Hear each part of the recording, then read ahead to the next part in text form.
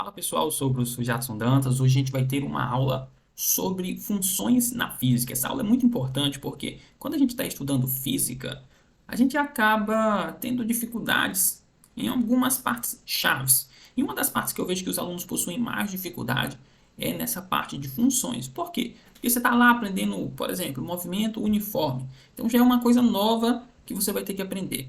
E ao mesmo tempo você tem essa dificuldade em função afim lá do oitavo, nono ano, primeiro ano também, e acaba prejudicando o seu conhecimento na hora de estar aprendendo os dois ao mesmo tempo. Então, essa aula antes, na pré-física, né, em que a gente vê as funções mais no âmbito da matemática, mais como revisão, somente uma pequena aplicação na física, deixa você mais preparado para o que vai vir e assim você vai ter muito menos dificuldade. Então, vamos nessa, vamos entender, fazer aquela revisão bem informal do que é uma função. Gente, uma função é como se fosse uma máquina. Como assim, professor?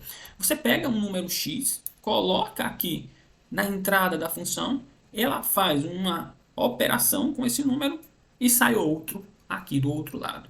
Vamos aqui, ó. Imagina que eu bote 1. Quando eu boto o 1, ela me joga o 1 fora.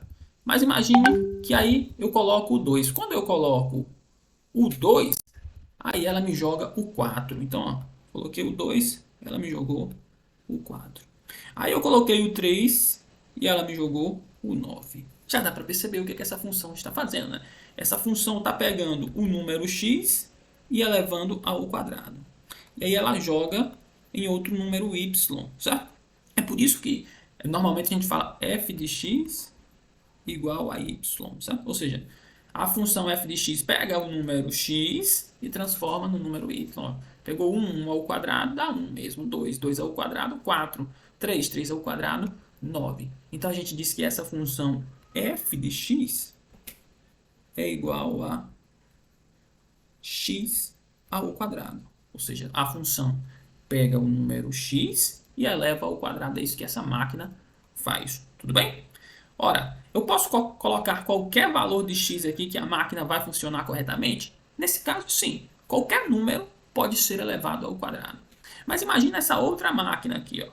Essa é a máquina que pega o número f de x e calcula o inverso dele, ou seja, 1 sobre x. Então, se eu colocar o número 1, ela me dá 1 sobre 1. Se eu colocar o número 2, ela me dá 1 sobre 2. Se eu colocar o número 3, ela me dá 1 sobre 3. Ou seja, ela calcula o inverso do número. F de x igual a 1 sobre x. Aí eu vou refazer a pergunta. Eu posso colocar qualquer número nessa máquina aqui, que ela não vai quebrar, ela não vai dar erro? Você pode responder sim, mas a resposta é nem todos. Existe um número que eu não posso colocar aqui, que é o zero. Porque se eu calculasse f de zero, o que seria? 1 sobre zero. E isso não existe. Você não pode dividir um número por zero. Então, a gente diz que o domínio dessa função, o que é o domínio? O domínio é os valores que o x pode assumir. É um conjunto de números. O conjunto dos números reais, com exceção do zero. Então a gente diz, ó, que o domínio é tal, a gente escreve assim na matemática, não é bem o intuito desse curso, ó, mas é o seguinte, o domínio é igual a x pertencente aos reais, e esse asterisco aqui serve para a gente dizer que o x não pode ser zero, os reais não nulos. Então, qualquer número real pode ser invertido, menos o zero não pode ser invertido. Então a gente diz que o domínio dessa função são os reais não nulos. O contradomínio de uma função são os valores que ela pode assumir. Por exemplo, eu boto um número real aqui e eu espero ter um outro número real. Então, essa função é chamada assim, ó, f de r em r. O que isso quer dizer? Ela pega um número real e transforma em outro número real. Então, a gente diz que o contradomínio dessa função são os reais, né? Assim como o domínio são os reais não nulos. Beleza. Agora me diga, e a imagem, professor? Já ouvi falar desse negócio. A imagem da função são os valores que de fato x assume. Por exemplo, se eu pegar uma terceira máquina agora, f de x igual a raiz de x. Certo? Ora, aqui o meu domínio é qualquer número real? Não, porque não existe raiz de número negativo nos conjuntos reais. A raiz de zero existe, posso colocar o zero, mas eu não posso colocar nenhum número negativo. Então, o domínio dessa função são os reais positivos. incluindo também o zero. E o contradomínio são os reais, porque eu pego um número real e transformo em outro número real. Mas e a imagem? A imagem dessa função são os números positivos, porque não existe a raiz de um número que dá negativo. Não é verdade? Então, eu não posso dizer que a imagem dessa função são os números reais inteiros, são os reais positivos. Embora o contradomínio seja os números reais, porque é previsto que essa função pegue um número real e transforme em outro número real. Mas a imagem, que é os valores que de fato a função assume, não inclui os números negativos. Então existe essa pequena diferença entre contradomínio e imagem. E o que a gente aprendeu de mais valioso aqui é que eu posso escrever a função como uma sentença, certo? Eu posso pegar aqui, ó, inventar uma função. Vamos inventar uma função agora, na imaginação. Eu vou pegar a função f de x, ela pega o número x, multiplica por 2, soma com 3, dividido pelo próprio número x. Pronto, essa é uma função. Uma função que a gente pode calcular o f de x assim que a gente colocar o x. Agora que a gente já sabe o que é função, vamos estudar um tipo especial de função, que é uma função chamada afim. A função afim ela pode ser escrita na forma f de x igual a ax mais b, onde esse a é uma constante e b também é uma constante. E esse x é a variável que a gente coloca aqui dentro da nossa máquina. Por exemplo, vamos imaginar uma função f de x é igual a 2x mais 1. Então, essa função é uma função afim, onde o valor de a vale 2, porque o a é o termo que multiplica o x. Ó, se você for ver aqui, ó, o a multiplica o x. Ah, professor, é porque o 2 veio primeiro que o 1? Não. Podia ser 1 mais 2x e o a continuaria sendo o 2, porque o a é quem multiplica o x. E o b é o termo que aparece sozinho, certo? Então, o a é o 2 e o b é o 1. Essa função é uma função afim. Certo? Por que função afim? Porque ela pode ser escrita na forma f de x igual a ax mais b. Perfeito? Olha, essa máquina funciona dessa forma. Imagina, se eu quero calcular o f de 1, qual é o número que vai sair aqui quando eu coloco o x na máquina? Né? 2 vezes 1 dá 2, mais 1 dá 3. Mas eu quero colocar agora o número 2 na máquina. O que vai sair? O f de 2. O f de 2 eu boto 2 aqui, 2 vezes 2, 4, mais 1, 5, e assim por diante. Essa máquina funcionaria dessa forma. Esse valor de a, que multiplica o x, ele é chamado de coeficiente angular. E esse valor de b, que aparece sozinho, é chamado de coeficiente linear. Existem ainda dois tipos especiais de função afim, né? São funções afins também, mas recebem um nome especial. Existe a função linear, que é quando ela é escrita nessa forma. A função é dita linear se ela puder ser escrita na forma f de x igual a vezes x. Ou seja, o b é zero. Não tem esse termo b aqui na função. Por exemplo, a função f de x igual a 2x. O que é que essa função faz com esse número? Só pega o número e multiplica por 2, não soma mais com nada. Pega o 1, sai o 2. Pega o 2, sai o 4. Joga o 3, sai o 6 e assim por diante. Essa função é dita linear. E existe também a chamada função constante. Quando é que uma função afim ela é uma função constante? Quando ela é escrita na forma f de x igual a b. Ou seja, não tem o coeficiente angular, só tem o coeficiente linear. A função f de x igual a 2. Para qualquer que seja o valor de x, sempre vai valer 2. É uma função constante. Essas funções são funções afins, mas são funções especiais. Né? Toda função linear é uma função afim, toda função constante é uma função afim. Mas nem toda função afim é linear, nem toda função afim é constante. Perfeito? Então, veja que essa é uma função afim na prática. Certo? Professor, onde é que eu vejo essa função afim no meu dia a dia, na física, por exemplo? Essa função está ali rodeando todo o nosso imaginário, vamos botar assim, certo? Como assim, professor? Imagina, a gente vai para uma festa e a gente tem disponível R$ 100. A entrada da festa é R$ 25 e cada bebida custa R$ 5. Quantas bebidas a gente pode tomar? A gente pode modelar esse problema por uma função afim. E vários outros problemas que a gente tem. Um valor fixo, mais um valor que varia com o tempo, com a distância. Tanto faz, certo? Vamos aqui dar um exemplo dessa função na prática, certo?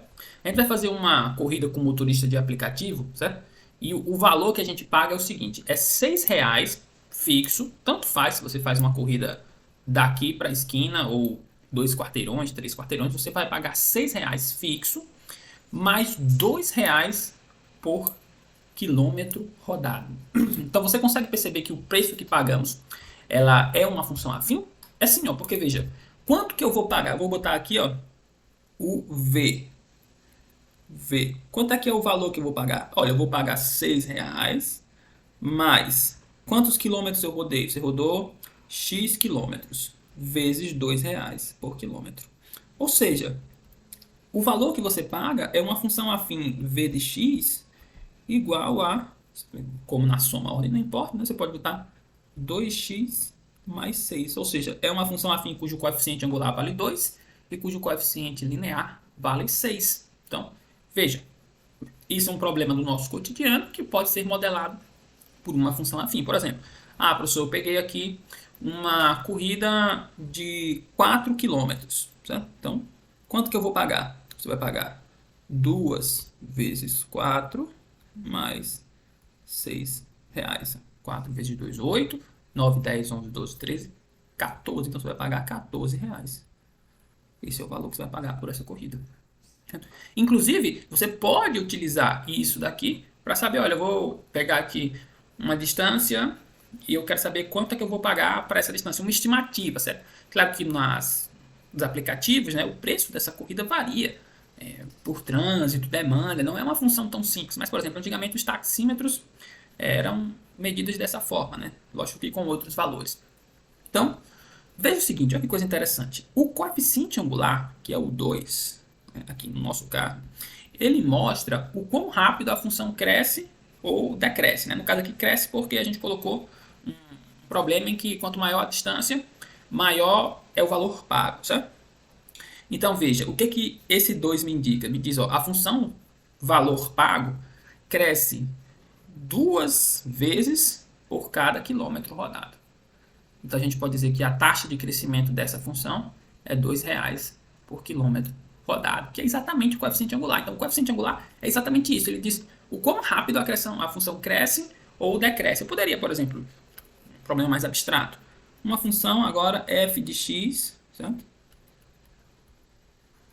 Igual a 10 menos 2x. Tá? Veja, essa é uma função diferente dessa. Por quê? Essa função aqui é crescente e essa função é decrescente. Como é que você consegue perceber isso? Ora, se você ficar aumentando o x aqui, o valor pago sempre vai ser maior do que o valor anterior. Por exemplo, se eu pegar o v de 1, o v de 1 é 6 mais 2 vezes 1, dá 6 mais 2, dá 8. Se eu pegar o v de 2, isso dá 2 vezes 2, 4. Né? 4 mais 6 dá 10. Então, veja, ao aumentar o x, eu aumentei o valor. Então, essa função aqui ela é uma função crescente. Então, o coeficiente angular me diz o quão rápido essa função cresce. Cresce R$ 2 para cada quilômetro. Essa outra função ela é decrescente. Veja, se eu calcular o f de 1, isso é 10 menos 2, que dá 8. Se eu calcular o f de 2, isso dá 10 menos 2 vezes 2, 4. Então, é 10 menos 4, que dá 6. Então, veja, ao aumentar o x, eu diminuí o f de x. Então, essa função ela é decrescente. Nesse caso, o coeficiente angular não diz o quão rápido a função cresce, mas sim quanto ela decresce. Decresce 2 a cada incremento de x. Então, o coeficiente angular é a taxa de variação da função, seja crescente ou seja decrescente. A gente falando de uma forma mais geral. Então, essa é uma função. Só falando o que é uma função crescente ou decrescente. Tá? De uma forma formal, ó, veja que a expressão pode parecer um pouco complicada, mas a ideia é bem simples. Ó. Se para x2 maior do que x1, ou seja, eu aumentei de x1 para x2. x2 é maior que x1. f de x2, ou seja, a função quando eu coloco o x maior, ela é maior do que f de x1, então essa função é dita crescente. Mas se ocorrer, né? Se para o x2 maior do que x1 acontecer do f de x2, né, a função diminuir, ou seja, ser menor do que o f de x1, essa função ela é decrescente. E numa função afim, quem é que define se a função é crescente ou decrescente? Somente o valor de a. Se a for maior que zero, ou seja, se o coeficiente angular for maior que zero, volta para o exemplo aqui, ó, 2 é maior que zero, então a função ela é crescente. Aqui o coeficiente angular é menos 2, certo? Como a função é modelada, né? F de x igual a ax mais b. Então, se apareceu um menos na frente do x, é porque o menos é desse próprio a. Então, aqui, o a vale menos 2. Então, ele é menor que zero. Essa função vai ser decrescente. Sempre quem decide se a função afim é crescente ou decrescente é o valor de a, é o valor do coeficiente angular. Então, note que a gente tem essa particularidade na função afim. Perfeito? Vamos agora entender o gráfico de uma função afim. Imagine que eu dissesse assim, ó, eu quero fazer um gráfico em que no eixo y eu vou colocar os valores que f de x assume, ou seja, f de x. O eixo y geralmente é chamado o eixo vertical. No eixo x eu vou colocar os valores que x assume. E aí eu vou marcar pontos. Vamos fazer um exemplo, certo? F de x é igual a 2x mais 1. Né? Vamos colocar assim. Veja, da geometria analítica, a gente não vai entrar nesse ramo aqui, mas a gente consegue perceber que esse gráfico é uma reta. E uma reta, para ela ser bem definida, segundo um postulado do Euclides, né, na geometria euclidiana, a gente só precisa de 2 pontos. Então, quando você tem um gráfico desse tipo aqui que você quer montar, você só precisa de 2 pontos. E esses pontos você pode escolher arbitrariamente. Eu vou escolher aqui 2 pontos que facilitem para mim marcar. Por exemplo, eu sei que quanto é que é o f de 0? O f de 0 é 1, né? Porque 2 vezes 0 é 0, mais 1 dá 1. Então eu sei que minha função, quando x é 0, o f de x vale 1. Então eu vou marcar aqui, ó, 1. O outro ponto, professor, fica ao seu critério. Eu vou escolher o f de 1. O f de 1 é o quê? 2 vezes 1, 2, mais 1, 3. Então, f de 1 igual a 3. Então, eu vou marcar aqui, ó. Quando o x vale 1, vou marcar aqui o 1, né? O x vale 1. O f de x vale 3. Então, eu vou botar o 3 aqui. E eu tenho que ligar esses pontos, na verdade, porque o ponto ele é formado pelo valor de x e pelo valor de y. Aqui, ó, o x vale 0, y 1. Quando o x vale 1, o y vale 0. Então, ou vale 3, desculpa. Então, ó, vou marcar o ponto em azul aqui, ó. Tranquilo. E meu gráfico contém esses 2 pontos. Contém muitos outros pontos, infinitos pontos. O professor queria fazer com f de 5 e f de 10. Daria o mesmo gráfico? Sim. Em papel escalado, milimetrado, daria o mesmo gráfico, certo? Então, a mesma reta que passa pelo ponto 0, 1 e pelo ponto 1, 3, passa pelo ponto, por exemplo, f de 2, né? 2 vezes 2, 4, mais 1, 5. Passa pelo ponto 2, 5 também, essa reta. Então, note que não tem nenhum tipo de segredo. Aqui você poderia escolher qualquer ponto, inclusive valores negativos. Aqui eu estou trabalhando só com os positivos, mas você pode. Tá aqui, esse é o gráfico de f de x. É uma função matemática, ela também continua para o outro lado aqui, ó. Pronto, tá aqui, ó. Esse é o gráfico de f de x. Vamos chamar aqui, ó, f de x igual a 2x mais 1. Uma coisa curiosa é a raiz da função. O que é a raiz da função? É o valor de x que torna f de x igual a 0. Ah, professor, é 0? Não. 0, quando x vale 0, o y, né, que é o f de x, y igual a f de x, vale 1. A raiz não é isso. A raiz é qual o valor de x que torna a própria função nula. É esse valor aqui, ó. Tá vendo? Esse é a raiz da função. Esse x' que é a raiz. É o valor que eu coloco aqui na função f de x que zera a função. Como é que eu acho esse valor? É bem simples, ó. É só você pegar 0, que é o f de x, é igual a 2x mais 1. Passo 1 para o outro lado, fica negativo, né? Menos 1 igual a 2x. Agora passa o 2 que está multiplicando o x dividindo, fica menos meio igual a x. Então, esse valor aqui, ó, é menos meio. X igual a menos meio. E de fato é, né? Se você colocar o x igual a menos meio, fica 2 vezes menos meio, dá menos 2 dividido por 2, que dá menos 1. Menos 1 mais 1 dá 0. Exatamente o que a gente espera. Para x igual a menos meio, o f de x dá 0. É a raiz da função. Se a gente tivesse uma função decrescente, o gráfico dela seria com a inclinação negativa, né? Uma coisa interessante, ó, que a gente olha para esse gráfico aqui, veja, com qualquer paralela à horizontal, esse gráfico forma um ângulo θ aqui, ó. Falei θ, desenhei alfa, né? Forma um ângulo θ. Se você pegar outra paralela aqui, ó, também vai formar o mesmo ângulo θ. A gente já percebeu uma coisa, né? Que o gráfico da função intercepta o eixo y aqui nesse ponto, né? No valor de b. O b vale 1 e o gráfico interceptou o eixo vertical exatamente em b. Agora, uma coisa curiosa, a gente não vai fazer a demonstração aqui porque envolve a geometria analítica, certo? É que a tangente desse ângulo θ, ela é igual ao coeficiente angular. Na verdade, esse A recebe o nome de coeficiente angular exatamente porque ele é igual a tangente de θ, né? Por que coeficiente angular? Tem a ver com ângulo, por causa que essa reta forma com qualquer horizontal o mesmo ângulo θ, e a tangente desse ângulo θ, ela lhe dá exatamente o valor de A, o valor do coeficiente angular. Lembrando que a tangente de θ, certo? Por exemplo, aqui nesse triângulozinho retângulo, ou em qualquer outro que é definido pelo gráfico da função, é o cateto oposto sobre a hipotenusa. Não se esqueçam, tá? Em um triângulo retângulo, essa aula de trigonometria é o cateto oposto sobre o cateto adjacente. Podemos definir a função tangente dessa forma. Agora, professor, e se a função fosse negativa? Vamos pegar aquela função que a gente estava trabalhando, acho que era f de x igual a 10 menos 2x.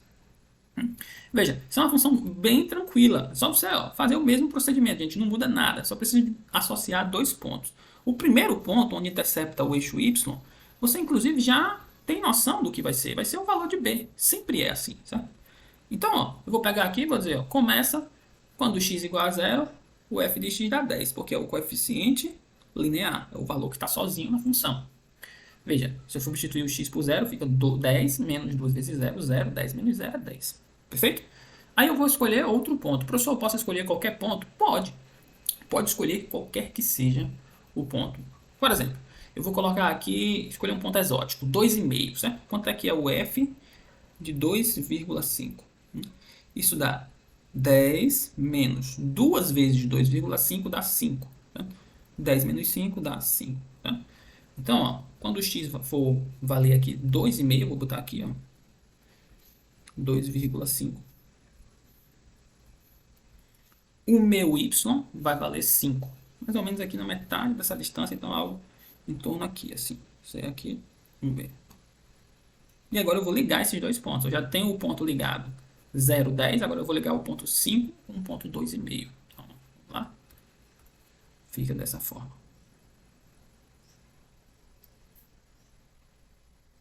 Perfeito. Então, ó, o meu gráfico vai ter que cruzar esses dois pontos aqui. O 10, né? E esse que eu marquei aqui, esse par ordenado. O meu gráfico é mais ou menos nesse formato aqui, ó. Professor, tem como eu saber qual é a raiz da função? Lógico que esse gráfico continua tanto para cima quanto para baixo, tá? A gente tem infinito. Professor, tem como eu saber essa raiz aqui? Tem. Como é que eu faço para descobrir a raiz? É só descobrir qual é o valor de x que zera a função. É só você fazer, ó, olha para essa função aqui e faz 0 igual a 10 menos 2x. Eu passo 2x para o outro lado, fica 2x igual a 10.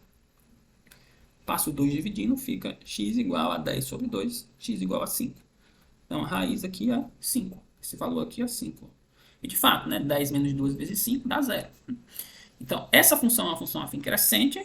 Essa daqui é uma função afim decrescente. Do mesmo jeito, você poderia ter a situação em que você tem o gráfico e a partir do gráfico você achar a sentença? Sim, sim, poderia. Eu vou fazer o exemplo com uma função crescente. Ó. Eu vou duplicar a página que a gente está trabalhando aqui, certo? Só que coisa interessante, dupliquei, pronto, perfeito. E agora eu vou apagar tudo, menos o gráfico. E a gente vai reconstruir a função.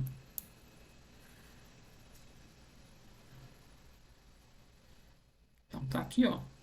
A gente não sabe mais de nada, a gente só tem o gráfico. Como é que a gente reconstrói a função? Primeira coisa que eu vou fazer é, ó, esse gráfico é uma reta. Se esse gráfico é uma reta, ele pode ser modelado por uma função f de x é igual a ax mais b.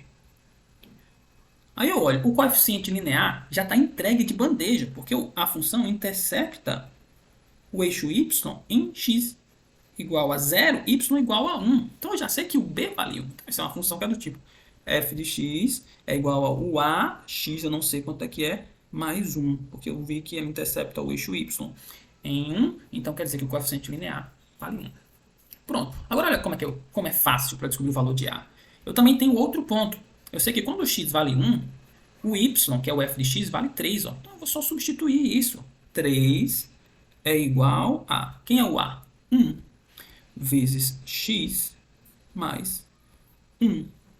Então, ó, 1 vezes x dá x, esse 1 passa para o outro lado, subtraindo. Fica 3 menos 1 é igual a x. Então, x é igual a 3 menos 1 dá 2. Opa, se eu tenho o valor de x e tenho o valor de b, está aqui minha função. F de x é igual a 2x mais 1. Veja, a mesma função que a gente trabalhou.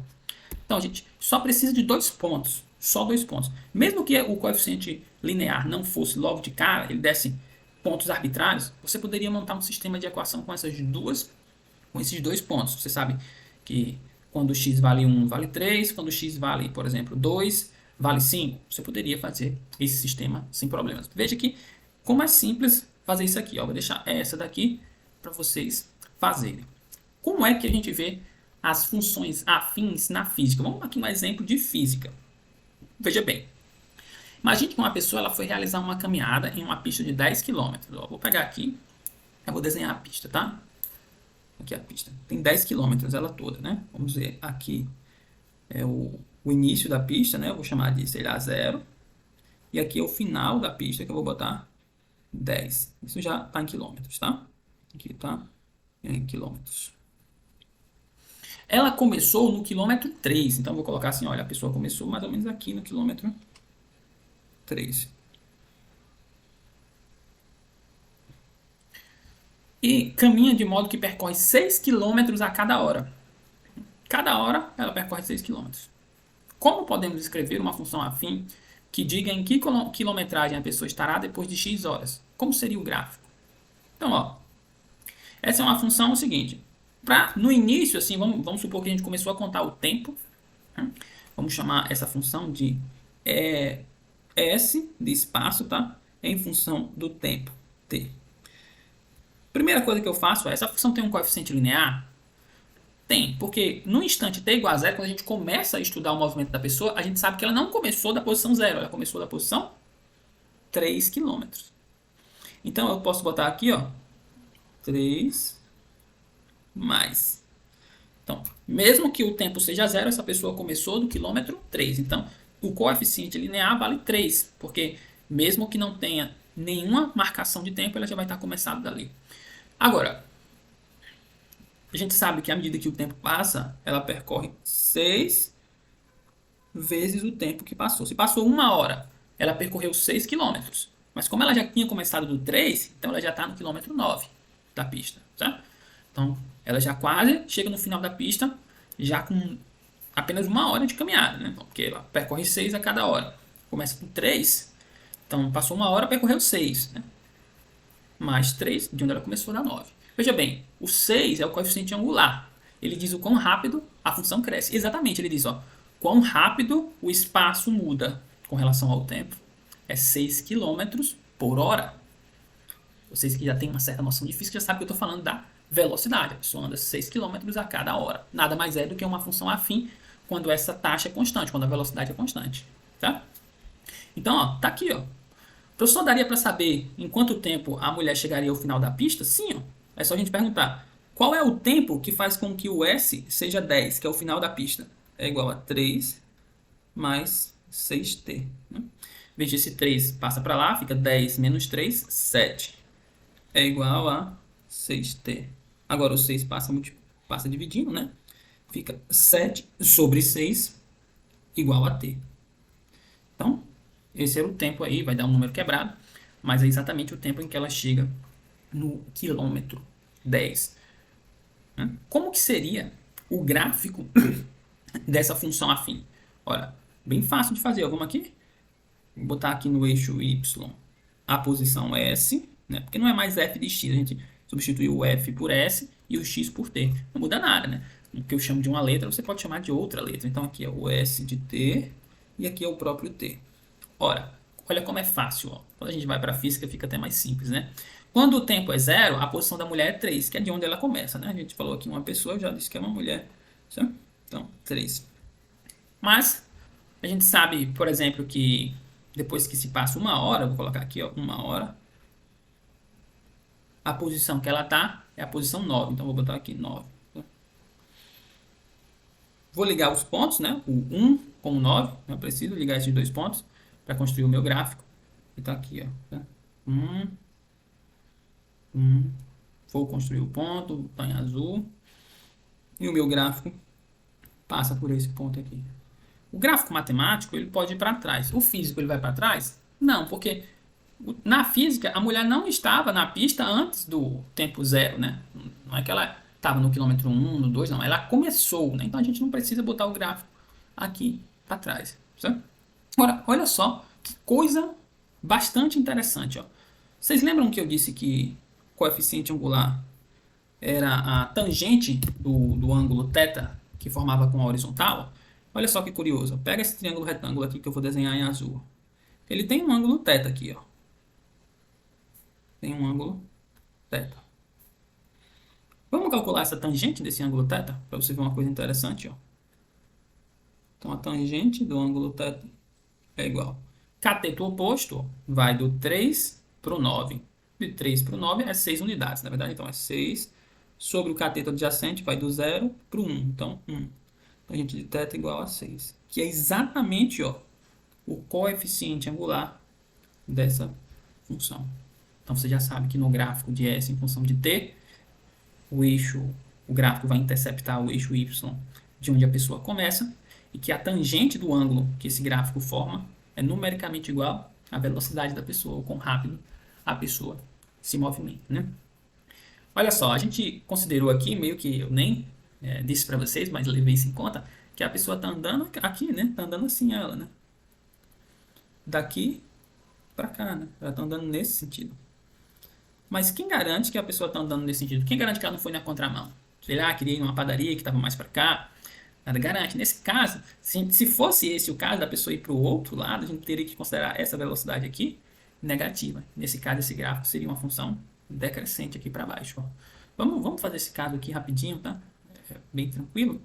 Então, imagina que a pessoa foi na contramão. Então, o coeficiente angular é negativo, porque eu vou do 3 para o 2, do 2 para o 1, do 1 para o 0. Se a pista continuasse aqui para trás, seria do 0 para o menos 1, para o menos 2, ou seja, minha posição iria diminuir cada vez mais, tá? Então, nesse outro caso aqui, vou até mudar a cor da caneta aqui para verde, tá, gente? A gente teria a função S de t como sendo o quê? Continuaria começando do 3, então não muda nada, só que seria menos 6t, porque a pessoa caminha 6 km a cada hora, mas na contramão da pista. Então, a função seria essa. Então, tá aqui no comentário. Ó, em quanto tempo ela chegaria no quilômetro zero, né? Ou seja, a posição dela seria zero. Só colocar o zero igual a 3 menos 6t. Passa o 6t para o outro lado, fica 6t igual a 3. Passa o 6 multiplicando agora, fica t igual a 3 sobre 6. 3 sobre 6 eu posso simplificar por 3 em cima e embaixo. Fica 1 sobre 2. Ou seja, meia hora. Meia hora ela chega no quilômetro zero. Você poderia até fazer pela lógica. Ó, professor, se eu estou no quilômetro 3, para ir para o zero, eu tenho que andar 3 quilômetros. Se eu ando 6 a cada hora, então em meia hora eu chegaria no zero. Também era possível fazer dessa forma. Perfeito. E o gráfico, como é que ficaria? Ficaria assim, ó. Tá aqui o eixo, S de t. Aqui o S de t. E aqui o t. Ora, pensa comigo. O ponto principal eu já tenho. Ponto principal não, o primeiro ponto, né? Que é quando o t igual a 0, o s de t igual a 3, né? O coeficiente linear. E um outro ponto eu preciso marcar. Eu vou marcar você esperto. Eu sei que quando o tempo é meio, né, meia hora, a posição é exatamente zero. Então tem um ponto aqui, ó.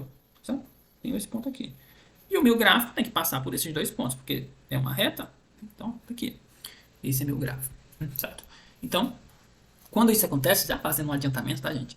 Quando a velocidade é positiva, a pessoa anda para frente, a gente diz que o movimento é progressivo. Quando a pessoa vai para trás, a gente diz que o movimento é retrógrado. Então, essa foi nossa aula de funções na física, com ênfase, claro, na função afim, que é a função mais presente na física. Espero que vocês tenham gostado. Qualquer dúvida, deixem nos comentários e a gente se vê na próxima aula. Até a próxima, pessoal.